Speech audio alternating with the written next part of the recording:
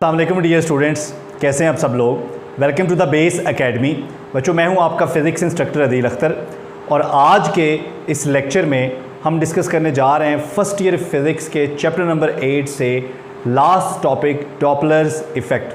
बच्चों, Doppler effect जो है ये एक बड़ा इम्पॉर्टेंट फिनोमेना है वेव्स का, जो हमें बहुत सारी जो मिस्ट्रीज़ हैं उनको सॉल्व करने में हमारी हेल्प करता है, हमारी जो यूनिवर्स है उसको अंडरस्टैंड करने में हमारी हेल्प करता है।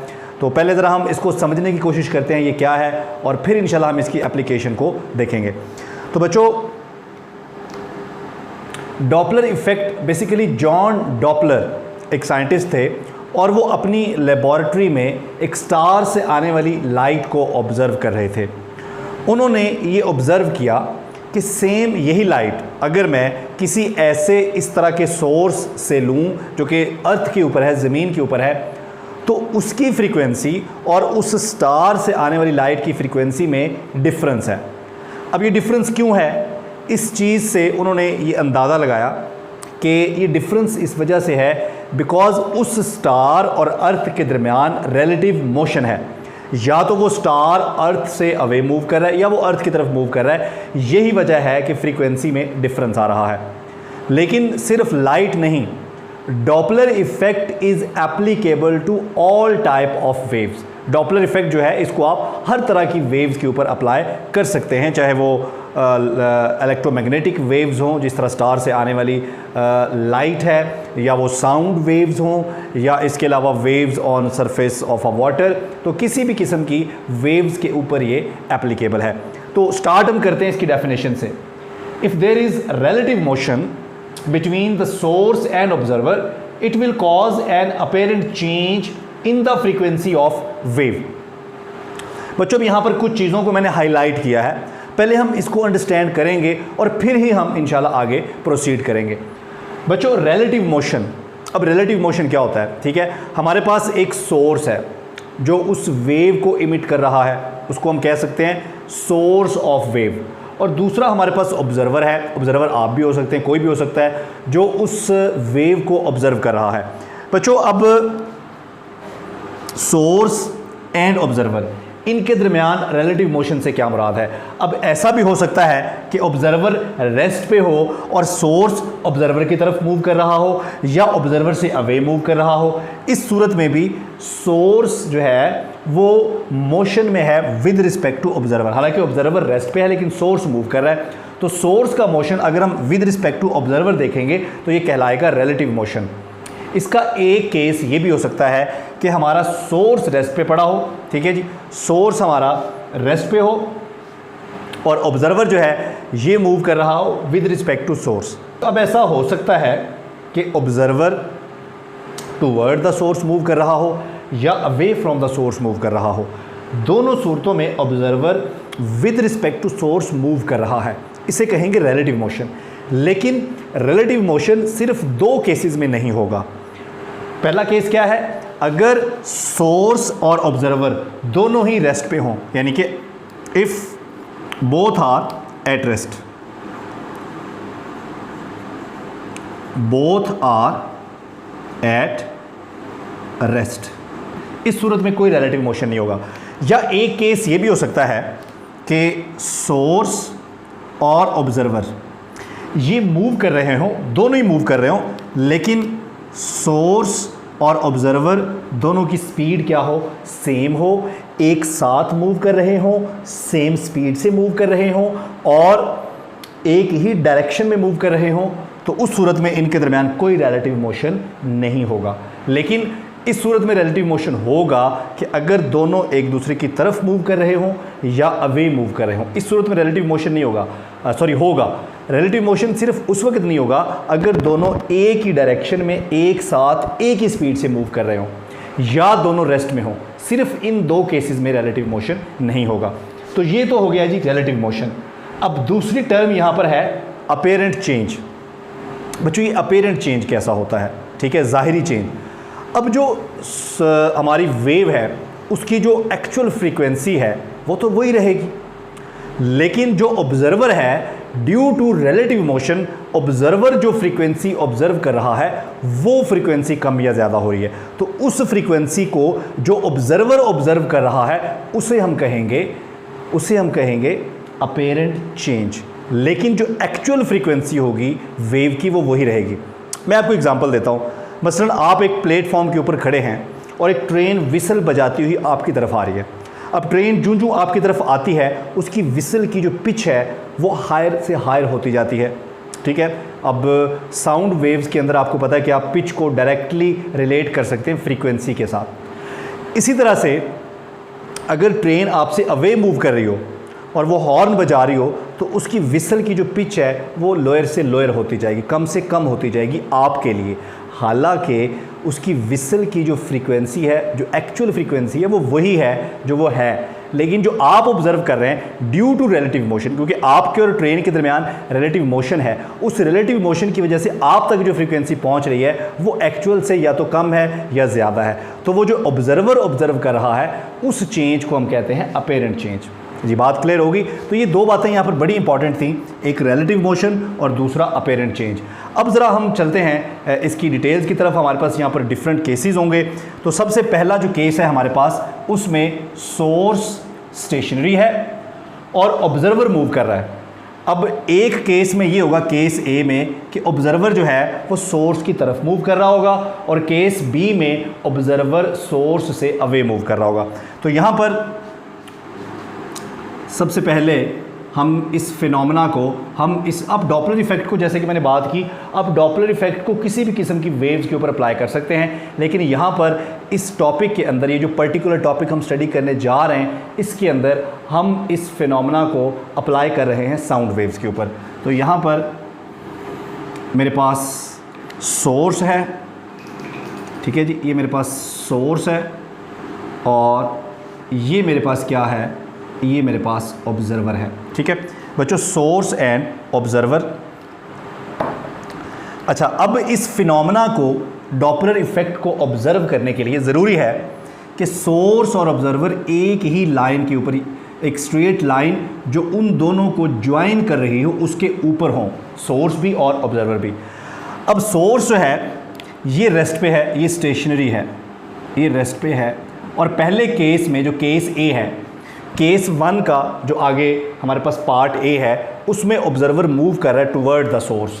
ऑब्जर्वर इस तरफ मूव कर रहा है सोर्स की तरफ, और ऑब्जर्वर की जो स्पीड है उसको आप कह लें यूओ, और सामने से यहाँ से साउंड वेव्स आ रही हैं, ठीक है जी। सोर्स जो है साउंड वेव्स इमिट कर रहा है, तो यहाँ से हमारे पास साउंड वेव्स आ रही हैं। ये जो साउंड वेव्स हैं, इन साउंड वेव्स की जो स्पीड है उसको आप क्या कह लें, v कह लें। और एक और चीज़ आपने यहाँ पर ज़हन में रखनी है कि यहाँ पर वेवलेंथ जो है हमारी वेव्स की वो कांस्टेंट है, क्योंकि सोर्स मूव नहीं कर रहा। अगर सोर्स मूव नहीं कर रहा तो वेवलेंथ यहाँ पर क्या है, कांस्टेंट है। ऑब्जर्वर यहाँ पर मूव कर रहा है। अब देखें, हमारी जो एक्चुअल फ्रीक्वेंसी है हमारी साउंड की, f is equal to v over lambda. लेकिन जो v है अब ये रिलेटिव हो गई। कैसे रिलेटिव हो गई? क्योंकि ऑब्जर्वर मूव कर रहा है विद रिस्पेक्ट टू सोर्स, ठीक है। तो ये जो v है, साउंड की जो स्पीड है या साउंड की जो वेलोसिटी है, अब ये रिलेटिव वेलोसिटी हो गई या रिलेटिव स्पीड हो गई। तो रिलेटिव स्पीड किस तरह से कैलकुलेट की जाती है, v relative is equal to लेंगे। तो यहाँ पर भी ऑपोजिट मूव कर रहे हैं, इसलिए जो रिलेटिव स्पीड है वो हमारे पास क्या आएगी, वो हमारे पास आएगी v प्लस यूओ, ठीक है। इसका मतलब है कि ऑब्जर्वर जो फ्रीक्वेंसी ऑब्जर्व कर रहा है उसमें जो v है ये रिलेटिव है डिवाइडेड बाय लैम्डा। तो हम इसको लिख सकते हैं, ये देखें वी आर किसके बराबर है, v plus you O over lambda. So इसको आप नाम दे लें, ये वो फ्रीक्वेंसी है जो ऑब्जर्वर ऑब्जर्व कर रहा है और ये एक्चुअल से डिफरेंट है, लिहाजा इसको एफ ए का नाम दे लें। F A is equal to V plus you O over lambda. Lambda की वैल्यू अगर यहाँ से निकालें तो ये क्या आएगा, v ओवर एफ। तो लैम्डा की जगह मैं पुट कर सकता हूँ यहाँ पर, लैम्डा की जगह v ओवर एफ, ये f ऊपर चला जाएगा तो एफ ए हमारे पास बराबर आ गया f into V plus you O over V. बच्चों आप गौर करें, ये जो फैक्टर है क्लियरली, अब देखिए ना, ऊपर है v प्लस यू ओ और नीचे v है, डिनोमिनेटर ये वाली वैल्यू कम है, ऊपर वाली वैल्यू ज़्यादा है, तो इस फ्रैक्शन का जो आंसर आएगा वो ग्रेटर देन 1 आएगा। अब देखिए ना, मेरे पास ये जो f है, अगर मैं इसको मल्टीप्लाई करूँ 2 से तो ये f तो नहीं रहेगा, ये क्या हो जाएगा 2f। इसका मतलब है कि ये जो फ्रीक्वेंसी ऑब्जर्वर ऑब्जर्व कर रहा है ये फ्रीक्वेंसी ग्रेटर है एक्चुअल फ्रीक्वेंसी से। ठीक है जी, एक्चुअल फ्रीक्वेंसी क्या है f, लेकिन वो किसी ऐसे नंबर से मल्टीप्लाई होगी जो 1 से बड़ा है। फॉर एग्जांपल वो 2 है, तो एफ ए जो है ये किसके बराबर आ जाएगा 2f के। अब 2f f से तो बड़ा है, इसका मतलब है कि वो फ्रीक्वेंसी जो ऑब्जर्वर ऑब्जर्व कर रहा है वो एक्चुअल फ्रीक्वेंसी से क्या है, ज़्यादा है। ठीक है जी, तो ये था हमारे पास केस 1 का पार्ट ए। अब इसी तरह से हमारे पास इसके लिए पार्ट बी भी है। पार्ट बी में यहाँ पे क्या था, observer is moving toward the source, तो यहाँ पर क्या होगा, observer is moving away from the source. Observer अभी भी हमारा केस वही है, यानी कि हमारा जो सोर्स है वो स्टेशनरी है, ये हमारा सोर्स है जो कि स्टेशनरी है, और ये हमारा ऑब्जर्वर है जो कि मूव कर रहा है। लेकिन केस बी में ऑब्जर्वर अवे मूव कर रहा है विद वेलोसिटी u0, और यहाँ से जो साउंड वेव्स आ रही हैं उनकी स्पीड क्या है, v है। इस केस में जो रिलेटिव स्पीड होगी, जब दो चीज़ें एक ही डायरेक्शन में मूव करेंगी तो रिलेटिव स्पीड कैसे आएगी, उन दोनों की इंडिविजुअल स्पीड को माइनस करने से। ठीक है, अब वही सेम रिलेशन हम यहाँ पे लिखेंगे, f is equal to V R over lambda. अब वी आर की जगह मैं पुट करूँगा v माइनस यू ओ ओवर लैम्डा, और लैम्डा की वैल्यू जो यहाँ पे हमने निकाली है दोबारा से फिर वही पुट कर दें तो ये हमारे पास आ जाएगा F B is equal to F into V minus U O divided by V. ये देखें यहाँ पर v प्लस यू ओ और वहाँ पर v माइनस यू। अब देखें नीचे v है और ऊपर है v माइनस यू ओ। अब क्लियरली डिनोमिनेटर बड़ा हो गया, ये वाली वैल्यू बड़ी हो गई, ये छोटी हो गई, तो इस फ्रैक्शन की वैल्यू क्या आएगी, 1 से नीचे आएगी, 1 से कम आएगी। जब f को आप किसी ऐसे नंबर से मल्टीप्लाई करेंगे जो 1 से छोटा होगा तो ओवरऑल आंसर क्या हो जाएगा, कम हो जाएगा, और ओवरऑल आंसर बराबर किसके है, एफ बी के। इसका मतलब है कि F B is less than actual frequency. तो आपने ऑब्जर्व किया, आपने नोट किया कि अगर सोर्स रेस्ट पे हो तो क्या होता है, और ऑब्जर्वर मूव कर रहा हो तो वेव्स की जो वेवलेंथ है वो कांस्टेंट होती है, और अगर ऑब्जर्वर सोर्स की तरफ जा रहा होगा तो उस सूरत में जो अपेरेंट चेंज है फ्रीक्वेंसी में, जो अपेरेंट फ्रीक्वेंसी है वो इंक्रीज़ होगी, और अगर ऑब्जर्वर अवे मूव कर रहा होगा सोर्स के तो अपेरेंट फ्रीक्वेंसी में क्या आएगी, कमी आएगी। ये बिल्कुल वही केस है जो मैंने आपको ट्रेन वाली एग्जांपल दी थी। अब केस 2 जो है उसमें क्या होगा, उसमें अब सोर्स मूव कर रहा होगा और ऑब्जर्वर रेस्ट पे होगा। जी बच्चों, तो केस हमारा जो 2 है, केस 2 में अब ऑब्जर्वर स्टेशनरी है, ऑब्जर्वर स्टेशनरी है और सोर्स मूव कर रहा है। इसका पार्ट ए है जिसमें source is moving toward the observer, और केस बी में फिर जो सोर्स है वो ऑब्जर्वर से अवे मूव कर रहा होगा। यहाँ पर देखें सोर्स की जो स्पीड है वो यूएस है, और सोर्स से निकलने वाली जो वेव्स हैं उनकी स्पीड वी है, जबकि ऑब्जर्वर यहाँ पर रेस्ट में है। वेवलेंथ जो है हमारी वेव की अब कांस्टेंट नहीं है। क्यों नहीं है, देखें मैं आपको समझाता हूँ। मेरे हाथ में एक स्प्रिंग है, स्प्रिंग का एक सिरा मैंने अपने हाथ में पकड़ा हुआ है और दूसरा सिरा मैंने दीवार के साथ बांध दिया है। अगर मैं इस स्प्रिंग को लेकर दीवार की तरफ मूव करना शुरू कर दूं तो क्या होगा, मेरे और दीवार के दरमियान डिस्टेंस कम होने से स्प्रिंग क्या हो जाएगा, कंप्रेस हो जाएगा। तो यहाँ पर भी गौर करें, जब सोर्स मूव करेगा स्टेशनरी ऑब्जर्वर की तरफ तो डिस्टेंस कम होने की वजह से जो वेव्स हैं वो क्या होंगी, कंप्रेस हो जाएंगी, जिसकी वजह से वेवलेंथ में चेंज आएगा। ये जो वेवलेंथ में चेंज है इसे बोलते हैं डॉपलर शिफ्ट। ये कहलाता है Doppler shift. This is called Doppler shift. और ये डॉपलर शिफ्ट जो है इसको आप कैलकुलेट कर सकते हैं, del lambda is equal to U S over F. ये डॉपलर शिफ्ट किस वजह से आ रहा है, सोर्स के मूव करने की वजह से, इसलिए आप इसको इस तरह से लिख सकते हैं। ठीक है, अब यहाँ पर देखें, चूँकि हम मूव कर रहे हैं, सोर्स मूव कर रहा है टुवर्ड द ऑब्जर्वर, तो वेव्स क्या हो रही हैं, कंप्रेस हो रही हैं। वेवलेंथ में क्या आ रही है, कमी आ रही है। वेवलेंथ में जो कमी आ रही है वो हम कैसे कैलकुलेट कर सकते हैं, हम उसे कैलकुलेट कर सकते हैं लैम्डा सी, ठीक है जी। एक्चुअल वेवलेंथ क्या है, लैम्डा, क्योंकि वेवलेंथ कम हो रही है, कंप्रेस हो रही है वेव, तो actual wavelength minus Doppler shift, इसको माइनस करने से जो आंसर आएगा वो हमारी अब वेवलेंथ है जो हमारा ऑब्जर्वर ऑब्जर्व करेगा। ठीक है जी। तो यहाँ पर अब देखें, लैम्डा जो है वो उसकी एक्चुअल वेवलेंथ है, वो किसके बराबर है, v/f, क्लियर हो गया। माइनस डेल लैम्डा किसके बराबर है, us/f, और अगर आप इसको सिंप्लीफाई कर लें तो ये बन जाएगा v - us/f, और यहाँ पर आ जाएगा लैम्डा c। ठीक है, हमने पढ़ा lambda is equal to v/f, तो lambda c is equal to v/fc। ठीक है जी। तो यहाँ पर लैम्डा c की जगह हम क्या पुट कर सकते हैं, यहाँ पर हम पुट कर सकते हैं v/fc is equal to v - us/f। ठीक है जी। अब आप क्या करें, ये f को आप यहाँ पे ले आएँ, क्रॉस मल्टीप्लाई कर लें यूँ करके। ठीक है जी। तो ये हमारे पास बन जाएगा v इंटू f और is equal to v - us। ठीक है जी। और इसके साथ मल्टीप्लाई हो जाएगा fc। अब हमें एक्चुअली निकालना है fc, तो ये जो v - us है ये क्या हो रहा है, मल्टीप्लाई हो रहा है, उधर जाके हो जाएगा डिवाइड, तो v/v - us। तो ये वो फ्रीक्वेंसी है जो हमारा ऑब्जर्वर ऑब्जर्व करेगा।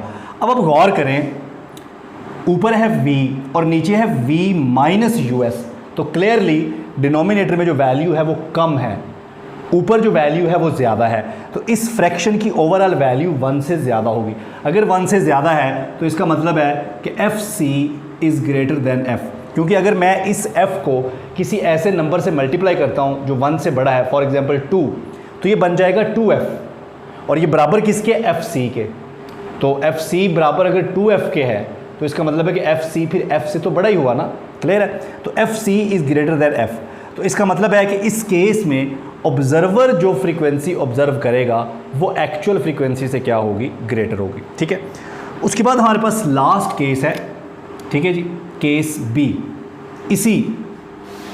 इसी केस का पार्ट 2। ठीक है जी, यानी कि सोर्स मूव कर रहा है, ऑब्जर्वर रेस्ट पे है, लेकिन अब सोर्स मूव करेगा अवे फ्रॉम द ऑब्जर्वर।